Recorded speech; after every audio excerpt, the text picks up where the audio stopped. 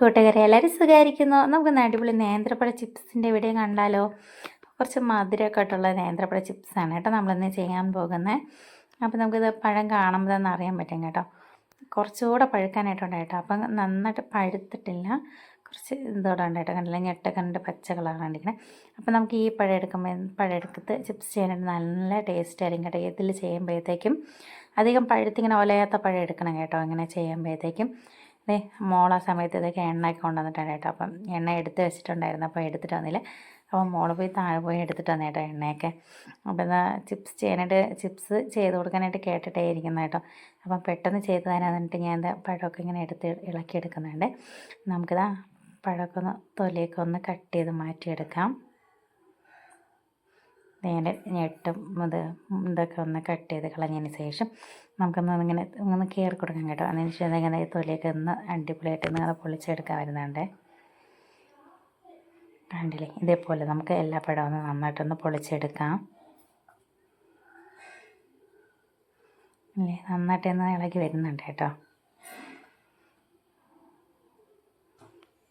അല്ലേ, നമുക്കിതേപോലെ ഒന്ന് വായിക്കുള്ള പഴമൊക്കെ ഒന്ന് ഇളക്കിയെടുത്തിട്ടുണ്ട് കേട്ടോ. നമുക്കിതിന് ചെറിയ ചെറിയ പീസായിട്ടൊന്ന് കട്ട് ചെയ്തെടുക്കാം. ഇതേപോലെ ഒന്ന് കനം കുറച്ച് അരിഞ്ഞെടുക്കാൻ. കണ്ടില്ലേ,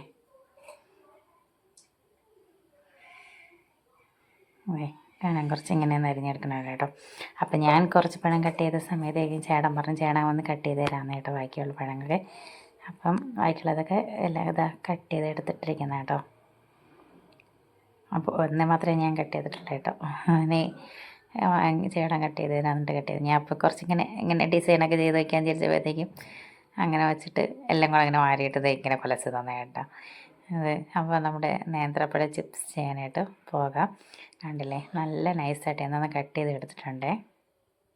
നമുക്കിത് ചിപ്സ് ചെയ്യുമ്പോഴത്തേക്ക് ഇങ്ങനെ ഒട്ടിപ്പിടിച്ചിരിക്കുകയല്ലേ ഇതൊക്കെ.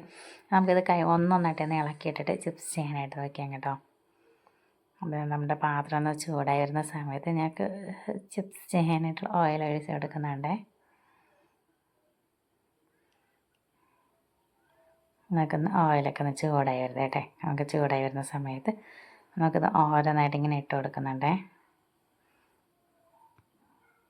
ഇങ്ങനെ അടുത്തടുത്തായിട്ട് ഇട്ട് കൊടുക്കാതിരുന്നാൽ കുറച്ചിങ്ങനെ ഒട്ടിപ്പിടിക്കാതെ വരും കേട്ടോ. പക്ഷേ ഞാൻ അങ്ങനെ വിചാരിച്ചിട്ടുണ്ട് കേട്ടോ. ഇടയ്ക്ക് ഒരിക്കൽ എടുത്ത് മറിച്ചിടാനായിട്ട് നോക്കിയപ്പോഴത്തേക്കും ഇങ്ങനെ 2-3 ഇങ്ങനെ ഒട്ടിപ്പിടിച്ചിട്ടുണ്ടായിരുന്നു. ലാസ്റ്റ് ആയപ്പോഴത്തേക്കും നന്നായിട്ട് ഇങ്ങനെ ഇളകി വന്നിട്ടുണ്ടായിരുന്നു കേട്ടോ. നന്നായിട്ട് വന്നിരുന്നു അല്ലേ. എന്നെ ഇട്ട് വരുമ്പോൾ തന്നെ അതിൻ്റെ എണ്ണയുടെ ചൂട് കണ്ടിട്ട് കളറൊക്കെ ഒന്ന് മാറി വരുന്നുണ്ട് കേട്ടോ. ഒരു മഞ്ഞ കളറൊക്കെ ആയിട്ടുണ്ട് കേട്ടോ. ഇപ്പം തന്നെ കളറൊന്നും ചേർത്തിട്ടില്ല കേട്ടോ. ചേർക്കാതെ തന്നെ നന്നായിട്ടൊന്ന് മഞ്ഞ കളറായി വരുന്നുണ്ട്. കണ്ടില്ലേ, ഇങ്ങനെ തനിയാണ് ഇട്ടിട്ട് എന്നിട്ട് ഒട്ടിപ്പിടിച്ച് കുറച്ച് നേരം കഴിഞ്ഞപ്പോഴത്തേക്കും താനത് ഇങ്ങനെ ഇളകി വന്നിട്ടുണ്ടായിരുന്നു. നമ്മുടെ നേന്ത്രപ്പഴ ചിപ്സ് ഇവിടെ റെഡി ആയിട്ടുണ്ട് കേട്ടോ. നമുക്ക് പ്ലേറ്റിലേക്ക് കോരി മാറ്റി വയ്ക്കുന്നുണ്ട്. നല്ല ടേസ്റ്റാണ് കേട്ടോ. മധുരമൊക്കെ ആയിട്ടുള്ള കഴിക്കാനായിട്ട് നല്ല മധുരവും അതൊക്കെ ആയിട്ട് കഴിക്കാനായിട്ട്. അപ്പോൾ നിങ്ങളിത് വീട്ടിലായിരിക്കുമെങ്കിൽ ഒന്ന് ട്രൈ ചെയ്ത് നോക്കണേ. മക്കൾക്കൊക്കെ കഴിക്കാനൊക്കെ നല്ല ടേസ്റ്റ് ആയിരിക്കും, മക്കൾക്ക് കൊടുക്കാനൊക്കെ ആയിട്ട്. അപ്പോൾ ഇവിടെ ഇഷ്ടപ്പെട്ടല്ലെന്ന് ഷെയർ ചെയ്യും, ലൈക്ക് ചെയ്ത് സബ്സ്ക്രൈബ് ചെയ്യും കൂട്ടുകാരെ.